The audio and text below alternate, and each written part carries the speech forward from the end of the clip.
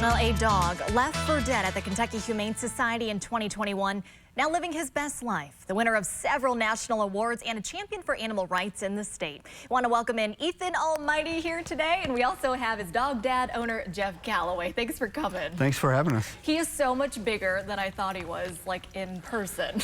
Yeah, so when he was dropped off, he was 38 pounds, and now he's 130 pounds. This is incredible. I mean, I think by now most people have kind of heard Ethan's story, but take us back, 2 years ago to when you first saw him and really that condition he was in. He was dumped in the parking lot, probably, 30 minutes away from dying. 38 pounds, someone just left him there.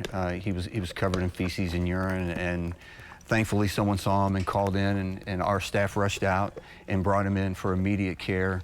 Took him 5 or 6 days to walk. He ended up at the hospital for 5 or 6 days. And over that short period of time, he started developing sort of a following on social media. Yeah. And people just really seem to love him. And people have sent in cards and letters and emails talking about, how his story has inspired them. So I felt kind of a responsibility and obligation to keep that going. And wherever we can make a difference, that's what we want to do. Absolutely. And I want viewers at home just to take a look at him right now and then look at some of this video, because I think just seeing the pictures and the images, the comparison there, I mean, look at that. When he was found originally, just dumped.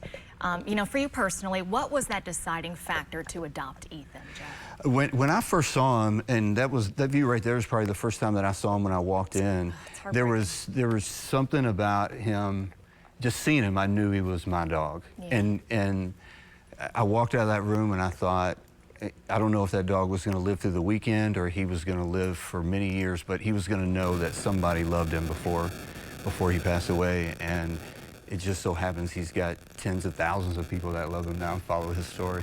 I mean, it's obvious he's made that just remarkable transformation. He's done quite a bit too. Tell us more about some of those achievements and the awards he's got now. So he was named after the first few months. Bush makes a dog brew. Yeah. And he won a contest, and he was named the chief tasting officer for Bush Dog Brew. I love that.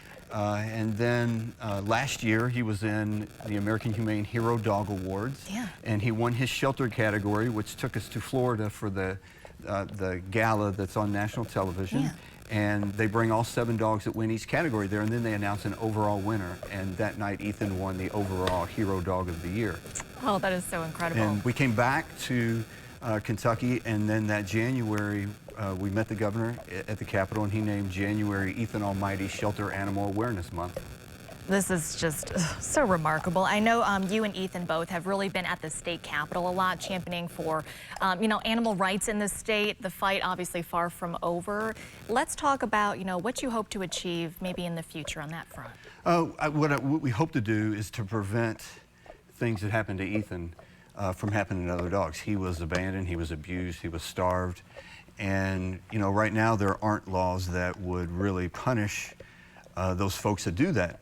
It would be sort of a misdemeanor, and what we've been trying to do was kind of rewrite an existing statute to make the punishment a little bit more severe, to take it out of, so there's not really a choice, take it out of the judge's hands. It would be a felony to do those kind of things, with the thought that there's direct links between abusing animals and domestic violence, and abusing animals and abuse to children, with more recent studies coming out showing that some of these mass shooters had pet abuse in their background. So if we can prevent any of that from happening, prevent Ethan from an Ethan type story from happening, or even prevent some of this other violence that goes on in the community, that's what we want to help to do.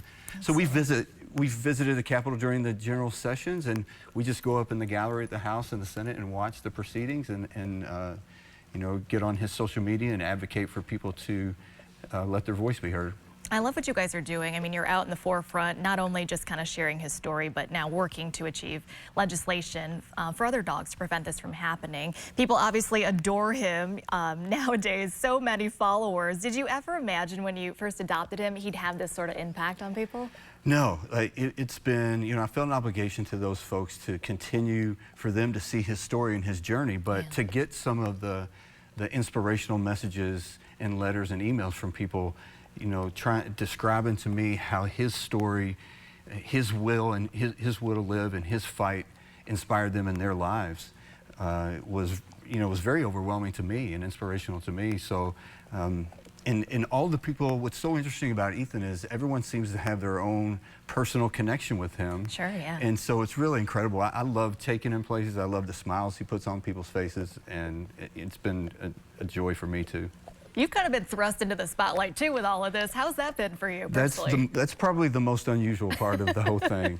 I was always very uncomfortable doing things like that, and it is, sometimes strange. You go places and people know your dog's name, but everyone, wants to get a picture with him. They want to smile, and I love it. I've told people from the very beginning, if you see me out with him, feel free to stop us. It's an interesting thing. Probably personally, one of the more interesting things that it takes me longer to do things now, no matter what it is, because I've got him, and we generally get stopped several different times. Yeah.